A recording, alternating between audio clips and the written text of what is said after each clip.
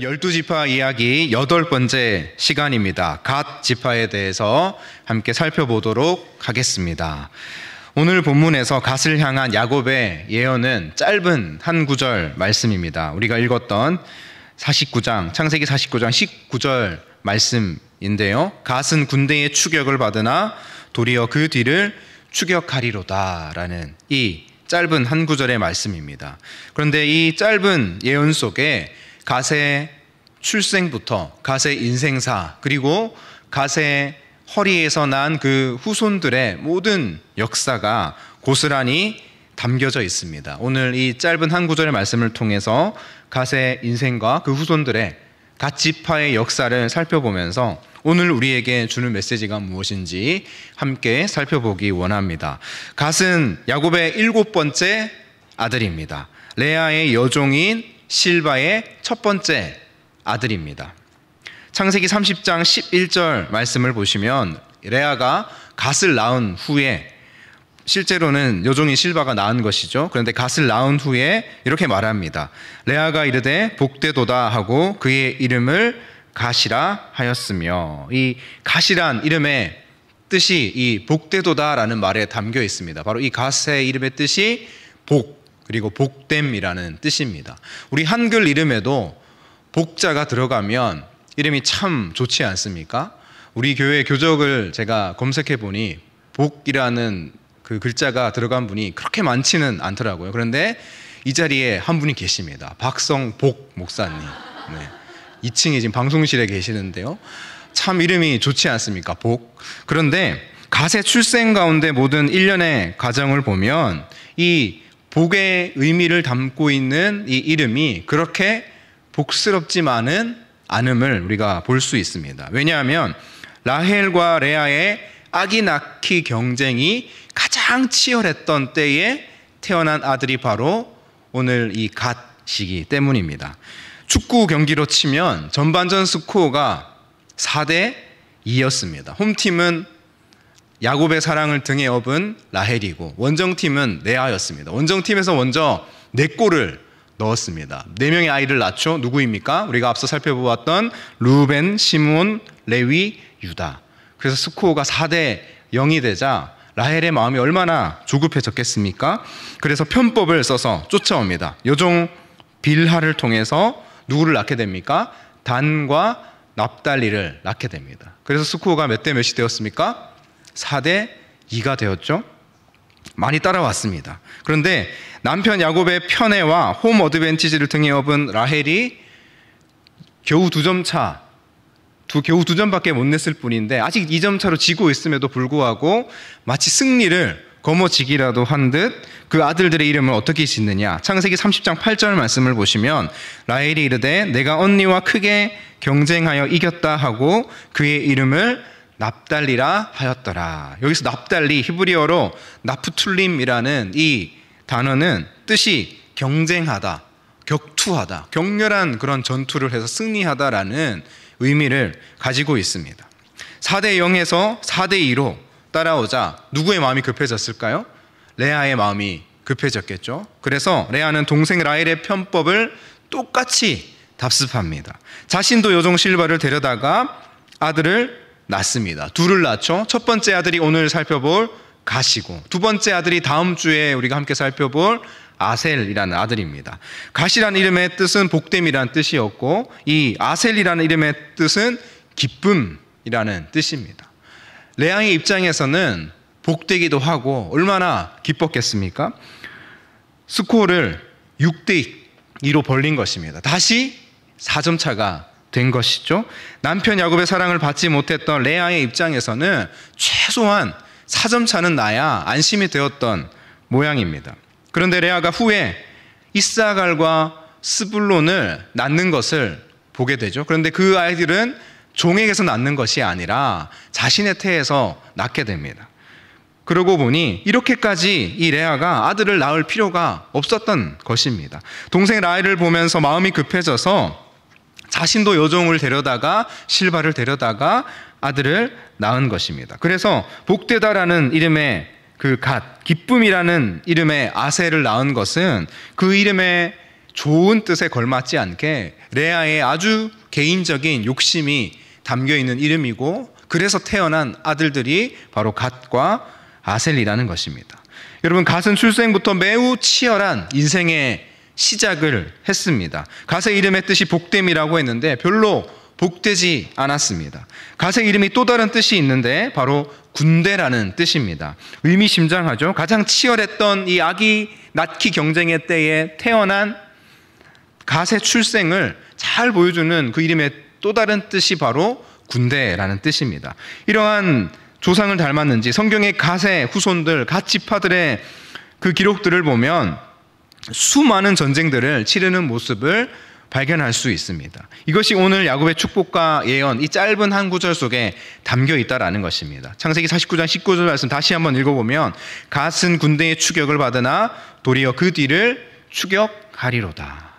여러분, 야곱의 예언이 말하는 바는 무엇입니까? 하나님께서 야곱의 입술을 통해 이 갓 지파에게 주시는 예언의 말씀에 담겨 있는 바가 무엇입니까? 갓 지파의 후손들이 전쟁을 많이 하게 될 것이다 라는 표면적인 의미와 더불어서 군대의 숙명, 전쟁의 숙명을 마주해야 하는 이 갓의 후손들의 삶이 공격을 당하기도 하고 공격을 하기도 하며, 추격을 받기도 하고 추격을 하기도 하는, 치고 받고를 반복해야 하는 예언을 받은 것이 바로 갓 지파의 운명이라는 것입니다. 갓이 받은 예언의 말씀, 갓은 군대의 추격을 받으나 도리어 그 뒤를 추격하리로다. 이 예언은 사실 이 세상을 살아가는 저와 여러분, 모든 인간의 온갖 군상을 고스란히 보여주는 표현이 아닙니까? 4대2의 전반전이 끝나고 치열한 후반전이 시작될 때 원정팀이자 7번째 아들로 태어난 갓의 그 출생, 태어나 보니 그 어머니들의 경쟁과 인간적인 욕심으로 그 가족 관계는 얼룩져 있고, 그리고 그 형제들의 틈바구니 속에서 위로 형들은 6명, 위로 또 아래로 동생들이 줄줄이 태어나는 그 상황 가운데 갓이 태어났으니 결코 갓의 이름에 걸맞지 않게 그의 인생은 복되지 않았다라는 것입니다. 추격을 받기도 하고 추격을 하기도 하는 갓의 후손들에 대한 예언은 마치 이 세상에서 무엇인가를 쫓아 살아가며 반대로 무엇인가에 쫓기듯 살아가는 저와 여러분의 삶의 모습을 잘 보여주는 것 같습니다.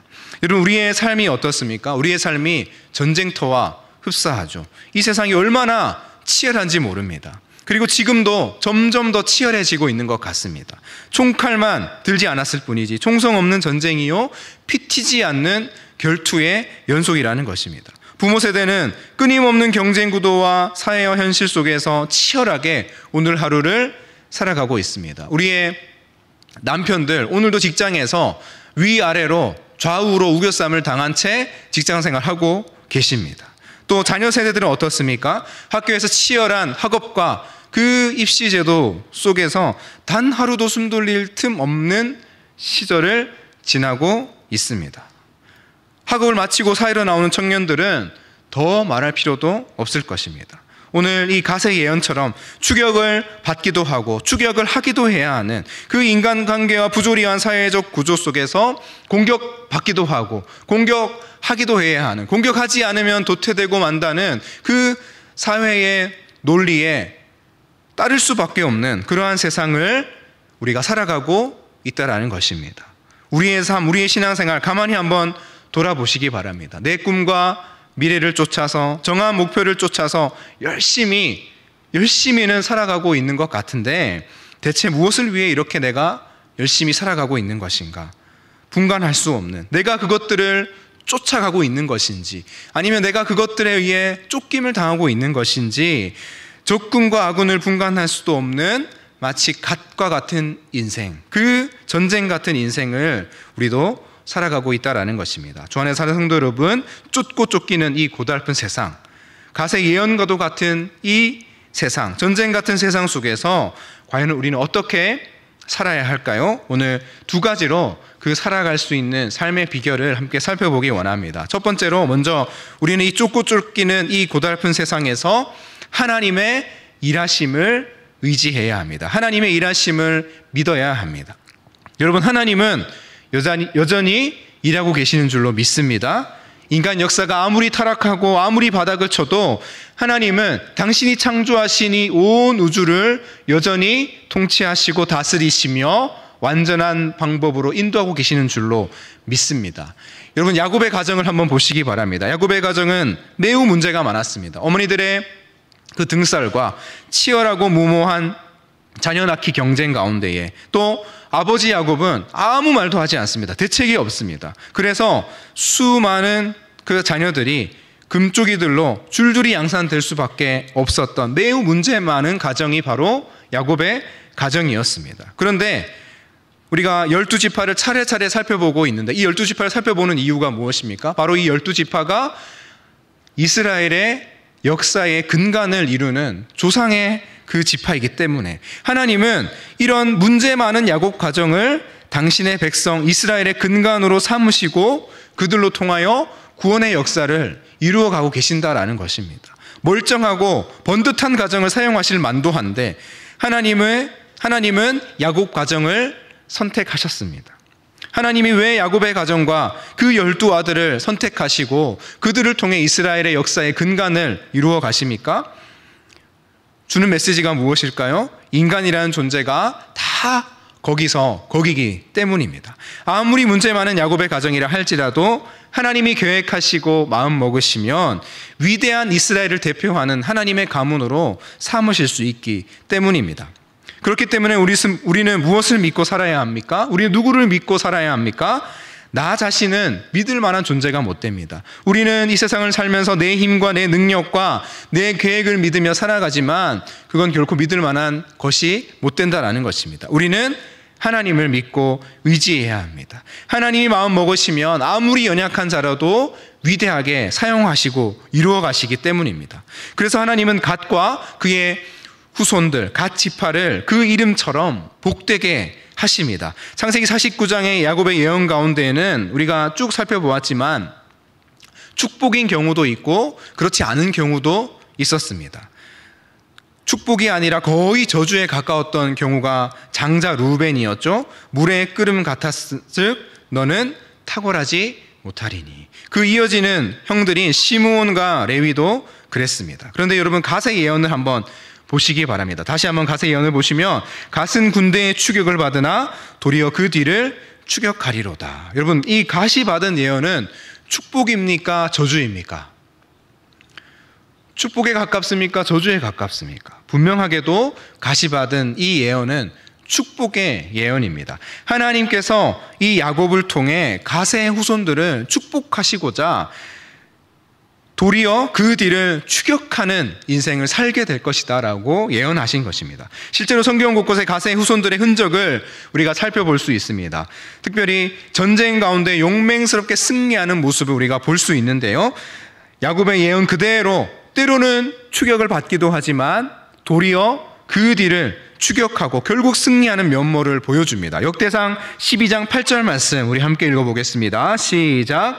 갓사람 중에서 광야에 있는 요새에 이르러 다윗에게 돌아온 자가 있었으니 능히 쓰는 자라. 그의 얼굴은 사자 같고 빠르기는 산의 사슴 같으니. 다윗이 사울에게 쫓길 때에 함께 다윗을 도운 피난 생활을 마다하지 않고 다윗에게 충성을 맹세한 갓의 후손들의 흔적이 어렴풋이 여기 남아 있습니다. 성경은 뭐라고 기록합니까? 갓의 후손들의 용맹함과 전쟁 능력이 사자와 산의 사슴 같도다라고 말하고 있습니다. 또 신명기 33장에 모세의 축복을 보시면 모세는 갓지파를 향해 암사자에 비유하고 있습니다. 신명기 32장 20절 말씀 함께 있습니다. 시작. 갓이 암사자같이 엎드리고 팔과 정수리를 찢는도다. 갓의 용맹함은 암사자에 비할 만하다.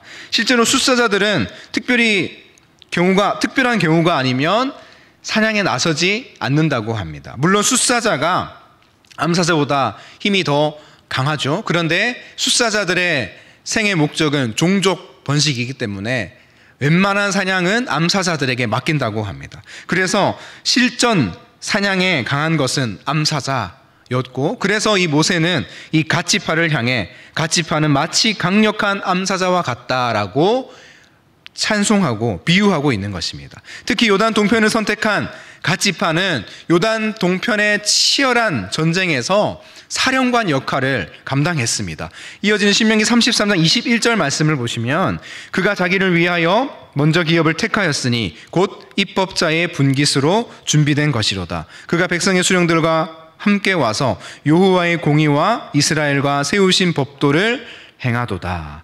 여러분 잘 아시는 것처럼 가나안 입성 때 요단 동편 땅을 요구했던 지파들이 두 지파 반이 있습니다. 루벤 지파와 오늘 말씀의 갓 지파와 야곱 요셉의 아들 므낫세 반 지파였습니다. 이들은 모두 하나같이 용맹스러운 지파들이었습니다. 그런데 그 중에서도 가장 전쟁에 능한 지파가 바로 갓 지파였습니다. 21절 말씀에 갓 지파를 향한 이 모세의 축복을 보시면 입법자라는 표현이 있는데 이 입법자는 다른 말로 군사령관을 의미합니다. 바로 이 두 지파 반을 대표하는 지파가 갓 지파였고 요단 동편 전쟁의 맹주가 바로 갓 지파였음을 모세가 인정하고 있는 것입니다. 그래서 갓 지파가 중심이 되어서 갓 지파가 군사령관이 되어서 이 먼저 택한 요단 동편 기업 가운데 여호와의 공의와 법도를 행하였다라고 모세가 인정하고 있는 것입니다.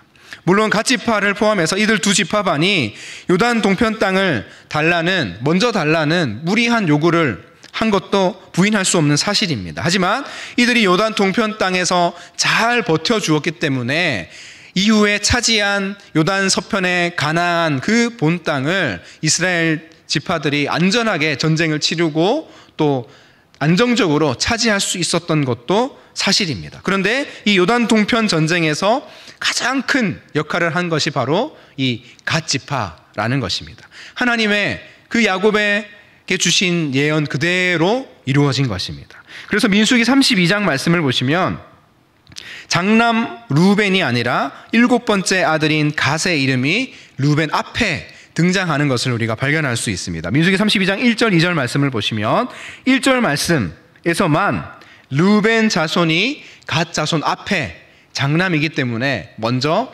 기록되어 있는데 2절 말씀을 보시면 순서가 역전되죠. 갓 자손과 루벤 자손이 와서 그리고 이후에 이 전체 민수기 32장을 살펴보면 단 한 번도 예외 없이 갓 자손의 이름이 루벤 자손의 이름 앞에 표시되고 있는 것을 발견할 수 있습니다. 바로 갓이 요단 동편 전쟁의 입법자, 군사령관의 역할, 맹주의 역할을 잘 감당한 그 야곱의 예언 그대로 이루어진 것이라 할 수 있습니다. 우리가 다시 갓에 대한 예언을 기억해 보면 갓은 군대의 추격을 받으나 도리어 그 뒤를 추격하리로다 라는 이 예언 그대로 이루어진 것이죠. 비록 12형제의 칠남으로 가장 아기낙기 경쟁의 그때가 치열한 때에 태어난 그런 비운의 운명이었지만 그것도 레아의 여종의 아들로 태어난 갓의 후손들이지만 하나님이 갓과 그의 후손들을 사용하시니 위대한 전쟁 용들이 된 것입니다. 출생부터 무엇인가에 쫓기듯 태어난 기구한 인생이었지만 하나님이 사용하시니 더 이상 쫓기는 인생이 아니라 더 이상 추격당하는 인생이 아니라 쫓는 인생, 추격하는 인생, 복된 인생이 된 것입니다. 그래서 모세는 신명기 33장 20절 말씀에서 이렇게 말합니다. 갓에 대하여는 일러스되 갓을 광대하게 하시는 이에게 찬송을 부를지어다. 이 모세의 축복의 말을 쉽게 말한다면 갓의 그 운명을 보면 갓 지파의 그 역사를 보면 다른 말로 설명할 길이 없다. 오직 설명할 수 있는 유일한 방법은 광대하게 하시는 이 하나님께서 갓의 후손을 사용하셨다라고 말할 수밖에 없다라는 것이 이 모세의 축복의 예언이라는 것입니다. 그러므로 갓 지파여 당신들을 이렇게 축복하게 하신 하나님을 찬송하라라고 모세는 예언하고 있는 것입니다. 주 안에 사는 성도 여러분, 갓과 그의 후손들 그리고 갓 지파는 그리 강한 지파가 아니었습니다. 그럼에도 불구하고 하나님은 갓 지파를 선택하시고 그들로 하여금 요단 동편의 맹주로 삼으셨습니다. 이유가 무엇입니까? 이유가 없습니다. 설명할 수 없습니다. 딱 한 가지 설명할 수 있는 길은 광대하게 하시는 이이신 하나님께서 그렇게 하기로 결정하셨다라고 밖에 설명할 수 없는 것입니다. 우리의 인생 보잘것없어 보여도 아무것도 아닌 것 같아도 하나님의 일하시는 방법을 이 갓지파와 같이 찬양하고 믿을 때에, 그 하나님을 의지하고 신뢰할 때에 우리도 갓지파처럼 하나님께서 들어쓰시고 하나님 앞에 쓰임받는 위대한 인생을 살 수 있다라는 그러한 메시지를 우리에게 주고 있는 것입니다. 그렇다면 두 번째로 우리는 이 쫓고 쫓기는 고달픈 세상에서 어떻게 살아야 할까요? 바로 예수 그리스도를 따라야 합니다. 이 땅을 살아가는 온갖 군상은 다 거기입니다. 누구나 하나같이 이 세상의 것들을 쫓아 살다가 결국 내가 쫓던 그것들로부터 쫓김을 당하는 그러한 운명 가운데 살아가는 것이 이 땅의 모든 나약한 또 죄 많은 인간들의 모습이라는 것입니다. 일을 쫓다가 일에 쫓겨서 살고, 시간을 쫓다가 시간에 쫓겨서 살아가고, 돈을 쫓다가 돈에 쫓겨서 살아가며, 성공을 쫓다가 성공에 쫓겨서 살아가는 사람들이 얼마나 이 시대 가운데 많이 있습니까? 원하는 바를 쫓다가 결국 자신이 쫓던 그것으로부터 쫓김을 받는, 도리어 쫓김을 받는 인생이 된 그런 사람들이 얼마나 많은지 모릅니다. 그래서 어떤 사람들은 거짓과 속임수로 자신의 인생을 포장하기도 하고, 반대로 어떤 사람들은 그 쫓김 가운데 질려버려서 너무나 쉽게 자신의 인생의 끈을 놓아버리고 모든 인생의 그 의미를 잃어버리는, 무기력하게 살아가는 이 시대의 사람들이 얼마나 많은지 모릅니다. 아무리 포장한다 한들, 반대로 아무리 포기한다 한들 결국 찾아오는 것은 생의 허무함 뿐이라는 것입니다. 이것은 우리도 결코 피할 수 없는 문제입니다. 그렇다면 우리의 희망은 어디에 있습니까? 성경은 우리에게 유일한 희망이 있다라고 말합니다. 세상의 것을 쫓지도 않으며, 세상의 것에 의해 쫓기지도 않으며, 추격하지도 않으며, 세상의 것에 의해 추격당하지도 않는 유일한 한 사람, 한 분이 계시죠. 바로 예수 그리스도이십니다. 그래서 예수님은, 제가 이렇게 이름을 붙여봤습니다. 예수님은 참된 추격자이십니다. 예수님은 하나님의 뜻과 영광만을 오로지 쫓아서 살아가셨던 이 땅의 유일한 인간이요 인생이십니다. 그래서 예수님의 인생은 결코 허무하지 않았습니다. 세상의 것이 아니라 하늘의 것을 쫓아 살아가셨기 때문입니다. 우리도 예수님처럼 살아갈 때 이 땅의 허무한 뿐인 그 인간 군상이 아니라 참된 것을 쫓아 살아갈 수 있는 그런 능력의 삶을 살 수 있을 것입니다. 예수님께서 죽은 나사로의 집에 가셨을 때 마르다가 말했습니다. 예수님께서 이곳에 계셨더라면 내 오라비가 죽지 않았을 것입니다. 그때 예수님께서 뭐라고 대답하시죠? 아주 생뚱맞게 내 오라비가 다시 살아나리라 라고 말씀하십니다. 마르다가 당황한 나머지 마지막 날 부활 때에는 오라비가, 나사로가 다시 살아날 줄을 내가 아나이다 라고 대답합니다. 대단한 부활신앙이죠. 하지만 예수님께서 말씀하신 것은 이게 아닙니다. 예수님은 그 이상을 말씀하신 것입니다. 요한복음 11장 25절 26절 말씀입니다. 함께 읽습니다. 시작. 예수께서 이르시되 나는 부활이요 생명이니 나를 믿는 자는 죽어도 살겠고 무릇 살아서 나를 믿는 자는 영원히 죽지 아니하리니 이것을 내가 믿느냐. 25절 말씀은 마르다의 대답과 일맥상통하죠. 나는 부활이요 생명이니 나를 믿는 자는 죽어도 살게 될 것이다. 부활 이후에 영원한 삶을 분명히 말씀하셨습니다. 근데 예수님은 그 이상을 말씀하십니다. 26절 말씀. 무릇 살아서 나를 믿는 자는 영원히 죽지 아니하리니 이것을 내가 믿느냐. 다른 말로 표현한다면 부활 이후에만 그 생명의 길을, 생명의 삶을 영원토록 사는 것이 아니라 바로 지금 내가 부활이요 생명이라는 사실을 믿는 자는 바로 지금부터 영원한 그 생명의 길을 시작하게 되는 것이다 라는 말씀을 예수님께서 하고 계신 것입니다. 예수님은 나는 부활이요 그리고 생명이라고까지 말씀하신 것입니다. 마르다가 말한 마지막 때의 부활만이 아니라 그 영광스러운 부활을 쫓아 살아가는 자는 영원히 죽지 않는다. 바로 이 땅에서도 그 생명력 있는 영원한 생명의 삶을 살 수 있다. 결코 허무하거나 의미 없는 인생이 아니라 생명력 있는, 능력 있는 삶을 살 수 있다라고 예수님께서 말씀하신 것입니다. 여러분, 이 세상의 사람들은 하나같이 무언가를 열심히 쫓아 살다가 결국 그 쫓아 살던 것으로부터 쫓김을 당하는 그런 허무한 인생, 별 볼 일 없는 인생을 살아가고 맙니다. 이것이 현실입니다. 이것이 고달픈 이 세상에서 죄 많은 인간에게 주어진 현실입니다. 하지만 다른 길이 있습니다. 어떤 길입니까? 바로 예수님께서 걸어가신 그 길입니다. 세상의 것이 아니라 하늘의 것을 쫓아 살아가는 길입니다. 그래서 하늘의 것을 쫓아 살 때에만 비로소 우리는 더 이상 이 세상에 헛되고 사라질 것들로부터 쫓김당하는 인생을 청산하고 영원한 것, 가장 귀한 것을 쫓아 살아갈 수 있는, 그것만을 쫓아 살아갈 수 있는 삶을 살 수 있는 것입니다. 겟세마네 동산에서 십자가를 앞두고 예수님께서 기도하고 계실 때에 이제 유다가 군인들을 데리고 예수님을 붙잡기 위해 찾아왔습니다. 그때 베드로가 칼을 빼서 그 옆에 있던 대제사장의 종의 귀를 자르죠. 칩니다. 우리 예수님 절대로 데려갈 수 없다. 베드로의 의리가 보입니다. 예수님이 잡혀가시면 예수님 신문당하시고 꼼짝없이 이제 죽음을 맞이하실 텐데 자신의 의지를 그 행동으로 나타낸 것입니다. 그 마음은 이해가 됩니다. 예수님의 생명을 위해 칼을 빼든 것입니다. 베드로의 마음 속에, 베드로의 생각 속에 어떤 것이 있었습니까? 예수님이 사셔야 나도 살 수 있다라고 생각한 것입니다. 하지만 베드로의 이 행동은 자신의 생명을 쫓으려다 도리어 죽음의 위협 앞에 자신이 쫓기게 된 행동이라고 볼 수 있는 것입니다. 여러분, 예수님이 사셔야만 베드로가 살게 됩니까? 그렇지 않습니다. 예수님이 죽으셔야만, 그리고 예수님이 다시 사셔야만, 부활하셔야만, 그렇게 예수님이 죽으셔야만 베드로가 살 수 있습니다. 예수님께서 종의 길을 고치시고 베드로의 칼을 거두게 하신 후에 이렇게 말씀하십니다. 요한복음 18장 11절 말씀.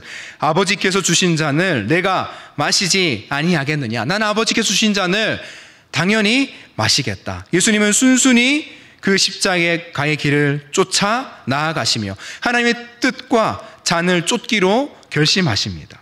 여러분, 예수님께서는 죽어야 살게 되는, 죽어야 인류를 구원케 하시는 참된 생명의 길을 쫓는 참된 추격자가 되신 것입니다. 그래서 십자가의 죽음이 자신을 위협하는 그 순간에도 하나님 아버지와 내가 단절되는 그 고통 때문에 너무나도 슬프고 눈물 흘리며 고통스러워 하셨지 결코 죽음에게 쫓기지는 않는 인생, 끝까지 그 모습을 우리에게 보여주셨습니다. 마르다에게 말씀하신 것처럼 부활이요, 그 이상 생명이 되신 분이 바로 예수 그리스도이십니다. 그리고 이 땅의 수많은 사람들에게 이것을 십자가로 보여주신 것입니다. 헛된 것을 쫓아 살아가는, 그래서 결국 인생의 허무와 죽음을 향해 내달릴 뿐인 이 땅의 모든 실패한 추격자들에게 참된 추격자의 길을 보이시고 활짝 열어주신 것입니다. 그리고 우리에게 초청하시고 우리에게 말씀하십니다. 나를 따라오너라. 나를 따라오면 나를 따라서 영원한 생명을 쫓는 참된 추격자의 길을 걸으라고 우리에게 말씀하고 계시는 것입니다. 그 생명의 길을 쫓아 예수님 따라 쫓아가시는 저 여러분 될 수 있기를 간절히 소망합니다. 벌써 20년 전에 나온 영화인데요, 2003년에 나온 Catch Me If You Can 이라는 영화가 있습니다. 여러분 혹시 보셨죠? 한 번, 몇 번, 두 번, 세 번 보셨을 것 같습니다. 레오나르도 디카프리오가 사기꾼 역으로 나오고, 그래서 비행기 조종사도 되었다가 변호사도 되었다가 하는 그런 영화인데, 그 영화에 톰 행크스가 이 디카프리오를 쫓는 FBI 역으로 나옵니다. 이 디카프리오는 사기꾼이죠. 특별히 어떤 사기를 잘 치느냐, 위조 지폐, 사문서 위조의 탁월함이 있었습니다. 그래서 영화 내내 그 사기로 자신의 인생을 거짓된 삶으로 살아가는데 우여곡절 끝에 결국 꼬리가 잡히고 이제 영화 말미에 가면 이 레오나르도 디카프리오가 감옥에 갇히게 됩니다. 그런데 그를 붙잡은 이 FBI 톰 행크스가 그의 능력을 좀 탐내는 거죠. 그가 위조 지폐 또 사문서 위조에 아주 바싹하니까 그를 FBI로 데려와서 함께 일을 하면 이 위조 지폐를 감별하고 문서 위조한 것을 다 찾아내면 큰 도움이 되겠다 생각하고 그에게 제안을 합니다. FBI가 되었으면 좋겠다라고. 그 제안했을 때 이 제안을 받아들이고 이제 이 레오나르도 디카프리오가 FBI 사무실로 출근을 합니다. 그런데 얼마나 어색하겠습니까? 평생을 도망자로 쫓기는 삶으로 살다가 이제 그 사무실에 정상적인 삶으로 사무실에 출근해서 살아가려고 해보니 적응이 안 되는 것입니다. 그래서 이 디카프리오가 다시 한번 도저히 안 되겠다, 이제 도망자로 다시 난 돌아가야겠다라고 계획을 세우고 예전에 자주 이렇게 속이고 입었던, 행세했던 항공기 조종사로 옷을 다시 입고 공항으로 갑니다. 톰 행크스가 이 디카프리오를 쫓아와서 말합니다. 이게 붙잡아야 될 것 같은데 도망가니까 붙잡지 않고 뭐라고 말하느냐, 오늘은 보내줄게, 말리지도 않을게, 넌 월요일에 돌아올 테니, 월요일에 다시 출근할 테니, 이렇게 말합니다. 그때 이 레오나르도 디카프리오가 무척 당황해하면서 어떻게 그렇게 단정 지어서 말할 수 있느냐라고 되묻습니다. 그때 톰 행크스가 바로 이 장면에서 이런 대사를 합니다.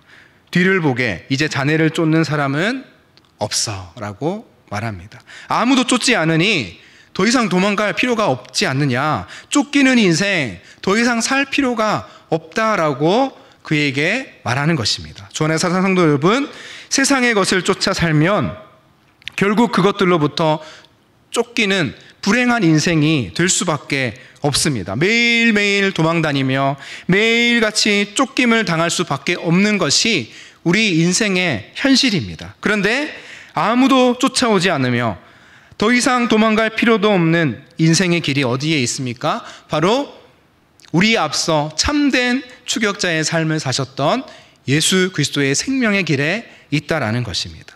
뒤를 돌아보아도 아무도 우리를 쫓아오지 않는 그 길, 오직 앞만 바라보며 생명의 길만 바라보며 그 생명의 길을 쫓아 살아갈 수 있다면 우리의 인생이 얼마나 평안하고 얼마나 행복하고 얼마나 생명력 있는 그런 삶을 살 수 있겠습니까? 그런데 예수님께서 그 길을 먼저 우리 앞서 걸으시고 이제 그 길로 우리를 초청하고 계십니다. 그런 길이 있습니까? 그런 길이 정말로 있단다라고 우리에게 말씀하시며 나를 따라오라고 우리에게 말씀하시는 분이 바로 예수 그리스도이십니다. 참된 추격자를 쫓아, 그 예수 그리스도를 쫓아 살았던 사도 바울이 빌립보서 3장 13절 14절 말씀에 유명한 말씀이죠. 이렇게 고백합니다. 함께 읽습니다. 시작. 형제들아, 나는 아직 내가 잡은 줄로 여기지 아니하고 오직 한 일, 즉 뒤에 있는 것은 잊어버리고 앞에 있는 것을 잡으려고 표대를 향하여 그리스도 예수 안에서 하나님이 위에서 부르신 부름의 상을 위하여 쫓아가노라. 아멘. 생의 허무한 뿐인 이 세상, 쫓고 쫓기는 것만 반복되는 전쟁 같은 이 고달픈 세상의 길에서 여러분 벗어나시기 바랍니다.